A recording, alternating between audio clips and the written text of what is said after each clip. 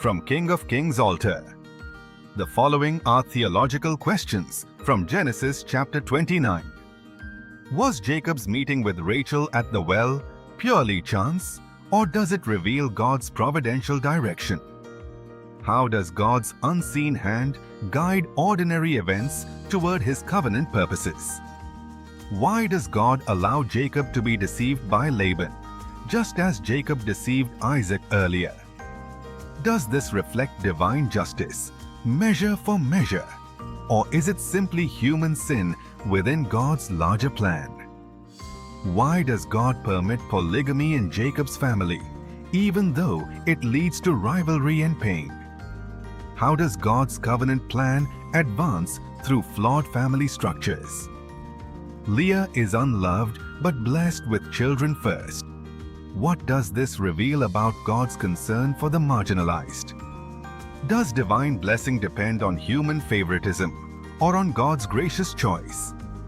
How does the birth of Jacob's sons demonstrate God's faithfulness to His promise of a great nation? How should believers trust God's promises when circumstances seem messy or imperfect? Now our Bible reading. Jacob meets Rachel. So Jacob went on his journey and came to the land of the people of the east. And he looked and saw a well in the field. And behold, there were 3 flocks of sheep lying by it. For out of that well they watered the flocks. A large stone was on the well's mouth. Now all the flocks would be gathered there, and they would roll the stone from the well's mouth, water the sheep, and put the stone back in its place on the well's mouth. And Jacob said to them, "My brethren, where are you from?" And they said, "We are from Haran." Then he said to them, "Do you know Laban the son of Nahor?" And they said, "We know him." So he said to them, "Is he well?" And they said, "He is well, and look, his daughter Rachel is coming with the sheep." Then he said, "Look, it is still high day. It is not time for the cattle to be gathered together. Water the sheep and go and feed them." But they said, "We cannot until all the flocks are gathered together, and they have rolled the stone from the well's mouth. Then we water the sheep." Now, while he was still speaking with them, Rachel came with her father's sheep, for she was a shepherdess. And it came to pass, when Jacob saw Rachel the daughter of Laban, his mother's brother, and the sheep of Laban his mother's brother, that Jacob went near and rolled the stone from the well's mouth, and watered the flock of Laban his mother's brother. Then Jacob kissed Rachel, and lifted his voice and wept. And Jacob told Rachel that he was her father's relative, and that he was Rebekah's son. So she ran and told her father. Then it came to pass, when Laban heard the report about Jacob his sister's son, that he ran to meet him, and embraced him, and kissed him, and brought him to his house. So he told Laban all these things. And Laban said to him, "Surely you are my bone and my flesh." And he stayed with him for a month. Jacob marries Leah and Rachel. Then Laban said to Jacob, "Because you are my relative, should you therefore serve me for nothing? Tell me, what should your wages be?" Now Laban had 2 daughters. The name of the elder was Leah, and the name of the younger was Rachel. Leah's eyes were delicate, but Rachel was beautiful of form and appearance. Now Jacob loved Rachel. So he said, "I will serve you 7 years for Rachel your younger daughter." And Laban said, "It is better that I give her to you than that I should give her to another man.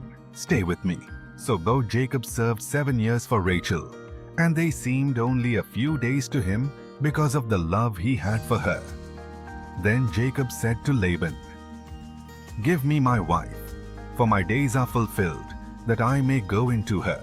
And Laban gathered all the men of the place and made a feast. Now it came to pass in the evening that he took Leah, his daughter, and brought her to Jacob, and he went into her. And Laban gave his maid Zilpah to his daughter Leah as a maid. So it came to pass in the morning that, behold, it was Leah. And he said to Laban, "What is this you have done to me? Was it not for Rachel that I served you? Why then have you deceived me?" And Laban said, "It must not be done so in our country, to give the younger before the firstborn. Fulfill her week, and we will give you this one also, for the service which you will serve with me still another 7 years." Then Jacob did so, and fulfilled her week. So he gave him his daughter Rachel as wife also. And Laban gave his maid Bilhah to his daughter Rachel as a maid. Then Jacob also went into Rachel, and he also loved Rachel more than Leah. And he served with Laban still another 7 years. The children of Jacob. When the Lord saw that Leah was unloved, he opened her womb, but Rachel was barren. So Leah conceived and bore a son, and she called his name Reuben. For she said, "The Lord has surely looked on my affliction. Now therefore my husband will love me." Then she conceived again and bore a son, and said, "Because the Lord has heard that I am unloved, he has therefore given me this son also." And she called his name Simeon.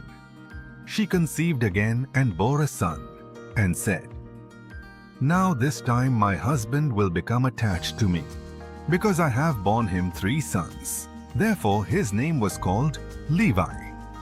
And she conceived again and bore a son, and said, "Now I will praise the Lord." Therefore she called his name Judah. Then she stopped bearing. Genesis chapter 29 highlights theological concepts of God's providence, covenantal faithfulness, human deception, and the dynamics of family and blessing. It shows how God works through flawed human relationships to advance His redemptive plan. These are the key theological concepts in Genesis chapter 29. 1. Providence and divine guidance. Jacob's safe arrival in Haran and meeting Rachel at the well reflects God's providential care.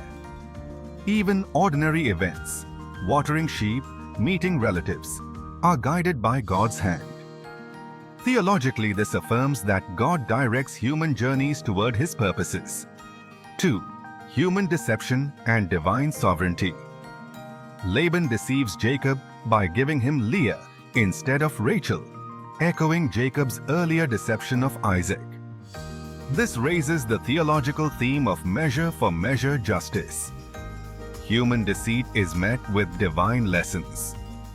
Yet God's sovereignty ensures His plan continues despite human manipulation. 3. Marriage and covenant community. Jacob's marriages to Leah and Rachel, and later their maidservants, form the foundation of the 12 tribes of Israel. Theologically, this shows God building His covenant people through complex, imperfect family structures. It emphasizes that God's covenant is not hindered by human rivalry or brokenness. 4. Struggle for blessing and favor. Leah and Rachel's rivalry over Jacob's affection and childbearing reflects the human struggle for status and blessing. Leah, though unloved, is blessed with children first, showing God's concern for the marginalized. This highlights the theological principle that God exalts the lowly and works through unexpected people. 5. God's faithfulness in family formation. The birth of Jacob's sons, Reuben, Simeon, Levi, Judah, begins the fulfillment of God's promise of a great nation. Theologically, this demonstrates God's faithfulness to His covenant promises, even through human conflict and imperfection. Reflection. Genesis 29 challenges us to see God's hand in ordinary life events, even when human sin and rivalry complicate relationships. It reminds believers that God's covenant purposes are unstoppable, and He often works through the weak, overlooked, or marginalized to accomplish His plan. Leah's story especially shows that divine blessing is not tied to human favoritism, but to God's gracious choice.